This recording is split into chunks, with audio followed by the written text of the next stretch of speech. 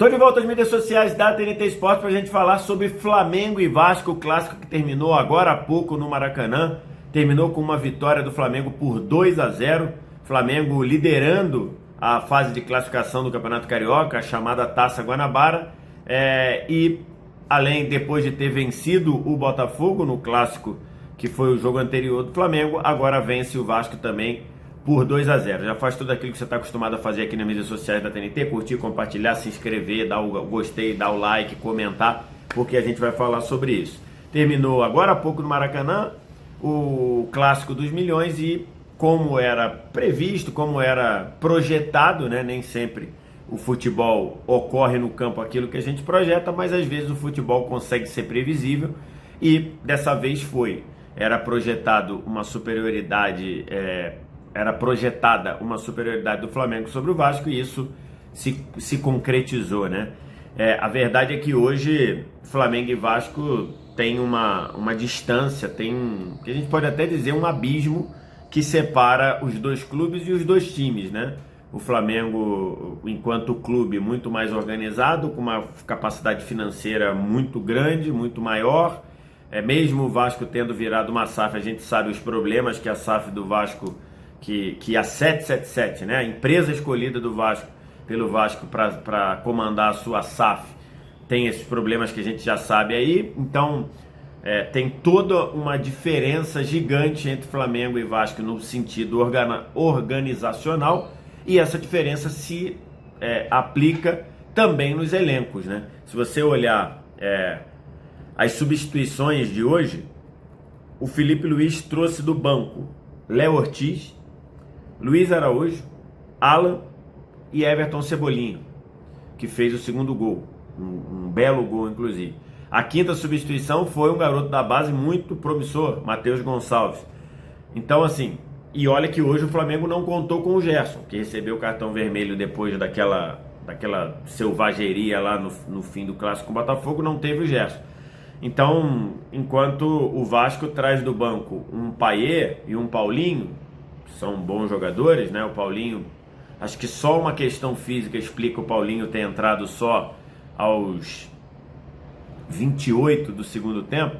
Então assim, só uma questão física pode explicar isso. Em compensação, trouxe também, saiu do banco Vitor Luiz, Jean David, Jean Davi, o Maurício Lemos. Isso para um time que já começou com algumas opções lá e sem muitas opções de velocidade, que é o que o Carille tem precisado e o Carille tem desejado. Então a distância dos times hoje é muito grande também, né? Então, se você observar o Flamengo se dando ao luxo de poupar o Léo Ortiz e entra no lugar dele o Danilo, jogador de seleção brasileira, né? Não teve o Gerson, o Pulgar, o Arrascaeta foi titular, não vinha sendo. Então na frente você tem Bruno Henrique, então assim, é uma distância muito grande. Dito isso, a distância, não dá para aceitar ou entender como aceitável a postura do Vasco no primeiro tempo, né? Primeiro tempo, eu tenho as estatísticas aqui, só da etapa inicial, foi algo assustador, né?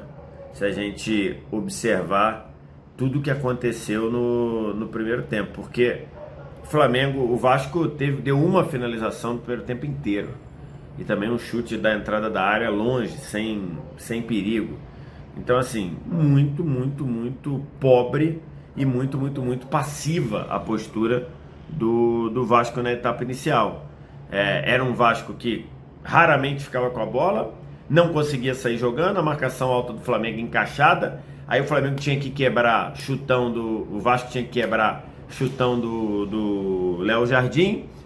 Raramente essa quebrada chegava no Verratti, inclusive Léo Jardim e Verratti chegaram a discutir sobre essa bola longa no primeiro tempo ainda, e aí ficou um famoso bate e volta. O Vasco rifava a bola, o Flamengo recuperava, ganhava a segunda bola, saía para jogar. O Vasco rifava a bola, ganhava a segunda bola, saía para jogar o Flamengo. Então assim, foi um amasso. Logo no começo do jogo, logo com 2 minutos, teve uma jogada do Michael pela esquerda, depois teve uma finalização da Arrascaeta, depois teve uma finalização do Bruno Henrique pro alto, depois teve o lance do pênalti, que o Bruno Henrique bateu, né? O pênalti aos 30 minutos, uma jogada pelo lado direito com o Wesley, com o Pulgar, com o Gonzalo Plata. O Plata entrou na área, tomou um totó por baixo, pênalti. Nenhum questionamento do pênalti, ninguém do Vasco reclamou. O Bruno Henrique bateu, fez 1-0. Logo depois, numa outra jogada de recuperação de bola, um passe mais vertical, se eu não me engano, do Arrascaeta, achou o Varela livre, ganhando o terreno pela esquerda. Ele cruzou, o Léo Jardim tirou mal, o Plata mandou a bola para a rede, o gol foi marcado no campo. Depois o VAR rapidamente verificou que o Varela estava avançado, o gol foi anulado. Então, assim, terminou 1-0 o primeiro tempo, mas era uma superioridade incrível do Vasco. O Vasco do Flamengo sobre o Vasco completamente despassado entre os seus setores. No meio, jogadores ali que pareciam estar meio pesados, meio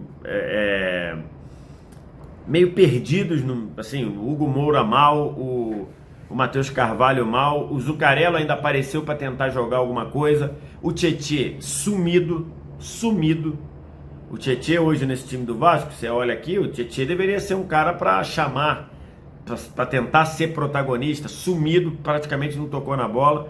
Coutinho também praticamente não tocou na bola. O Verratti, dava até pena do Verratti ter que ficar indo no choque, no jogo de corpo com o Léo Pereira, com o Danilo, sem conseguir criar nada. Então, assim, um primeiro tempo inacreditável até na postura. O torcedor do Vasco vaiou. Na volta para o segundo tempo, imagino que o Carille tenha dado uma bronca absurda no time. Voltou um Vasco sem alterações, mas voltou um Vasco do intervalo muito mais próximo um dos outros, muito mais pronto para a dividida, muito mais ligado ou parecendo ter o espírito de um clássico, além de um time mais próximo e um time mais calmo na hora de fazer a saída de bola. O Vasco conseguiu até equilibrar o jogo por 15, 17 minutos.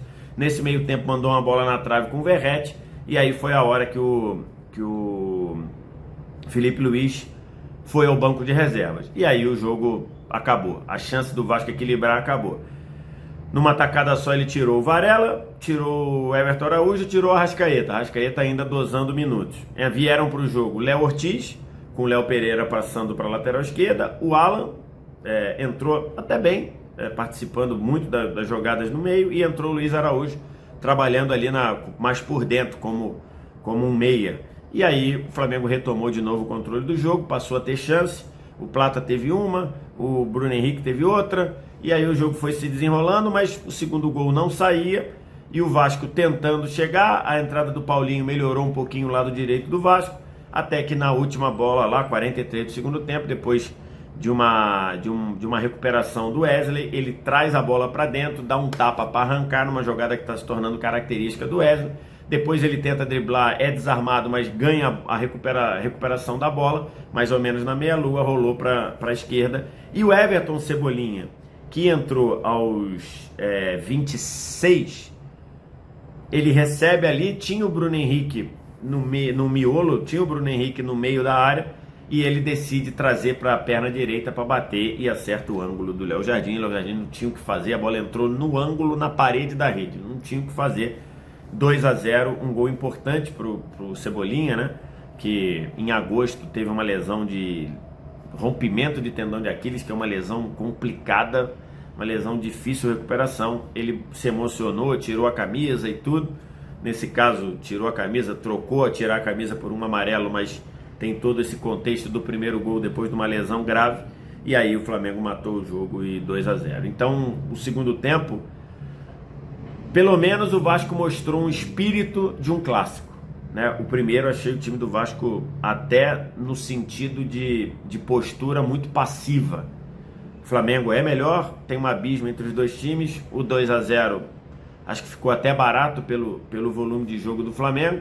O Flamengo mostrando coisas muito interessantes que o Felipe Luiz quer, de jogadores próximos, jogadores facilitando o passe, jogadores se apresentando para o jogo, linha alta para encurtar o campo, perde, pressiona, tudo isso funcionando bem. Mas imagino que o Felipe Luiz, do jeito que compenetrado, imagino que ele vai pegar esses 17 minutos ali do início do segundo tempo, quando o Vasco inclusive mandou uma bola na trave com o Verratti, no travessão, com o Verratti, né? O Vasco poderia ter empatado o jogo, mandou uma bola no travessão, imagino que ele vai pegar esses 17 minutos para analisar e dar uma bronca no time.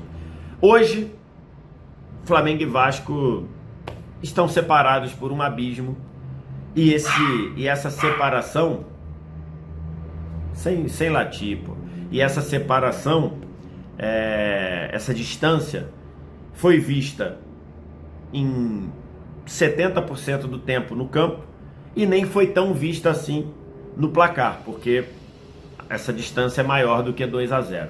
Quero te ouvir, o que você achou? Diz aí nos comentários, faz tudo aquilo que você está acostumado a fazer aqui nas mídias sociais da TNT, curtir, compartilhar, se inscrever, dar o like, dar o gostei, dar o curtir, comentar, compartilhar, porque a qualquer momento a gente volta aqui para mais um comentário, mais uma análise, mais uma notícia aqui nas mídias sociais da TNT Esportes. Valeu?